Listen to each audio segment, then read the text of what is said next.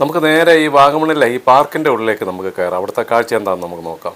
ഇവിടെ ഒരു മ്യൂസിക്കൽ ഫൗണ്ടനൊക്കെ ഉണ്ട്, പക്ഷേ അത് 7 മണി മുതലേ ഉള്ളൂ. ഇപ്പം 6 മണി കഴിഞ്ഞിട്ടേ ഉള്ളൂ. ഇതുണ്ടോ, കയറി വരുമ്പോഴാണ് നമ്മൾ വരണ്ടു പോകും അല്ലേ ഇത് കണ്ടു കഴിയുമ്പോഴത്തേക്കും.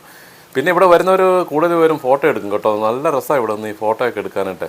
ഇത് കണ്ടോ, ഒരു താമരയുടെ ഒരു ഷേപ്പിൽ ഒരു ഇത് ഉണ്ടാക്കി വെച്ചിരിക്കുന്നുണ്ടോ, മുതൽ ലൈറ്റ് ഒക്കെ ഇട്ട് നല്ല രസമുണ്ട്. സന്ധ്യ ആകുമ്പോഴത്തേക്ക് ഈ ലൈറ്റുകളെല്ലാം അങ്ങ് തെളിയും ഇവിടെ. പിന്നെ ചെടിയുടെ കാര്യമൊന്നും പറയണ്ട, ഇവിടെ നിന്ന് അങ്ങോട്ട് നോക്കിക്കഴിഞ്ഞാൽ ചെടികൾ മാത്രമേ ഉള്ളൂ.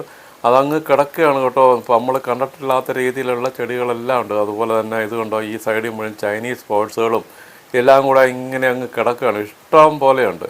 ഇത് കണ്ടോ, ഇവിടെ ഒരു ഷെഡാണ്. ഈ ഷെഡിൻ്റെ അകത്ത് മുഴുവൻ നിൽക്കുന്ന ഇത് ഇൻഡോർ പ്ലാന്റ് ആണ്. ഇത് നമ്മുടെ ആന്തോറിയം പോലെയുള്ള ചെടികളാണ് ഇവിടെ നിൽക്കുന്നത്.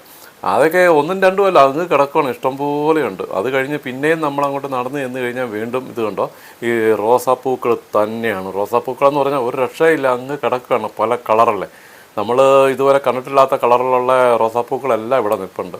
ഇവിടുത്തെ കാലാവസ്ഥയൊക്കെ ഇവിടെ ആയിരിക്കാം ഇതുപോലെ ഇത്ര ഭംഗിക്കും ഇത്ര വലുപ്പത്തിലൊക്കെ ഉണ്ടാകുന്നത്.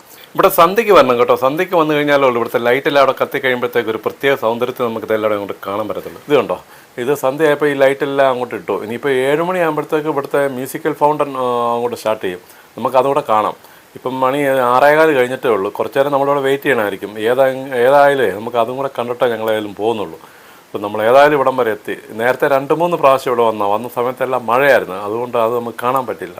അപ്പോൾ ഇവിടെ വെയിറ്റ് ചെയ്തിട്ട് അതും കൂടെ കണ്ട ശേഷം മാത്രമേ ഉള്ളൂ നമ്മൾ ഇവിടുന്ന് ഏതായാലും ഇറങ്ങുന്നുള്ളൂ നമ്മൾ.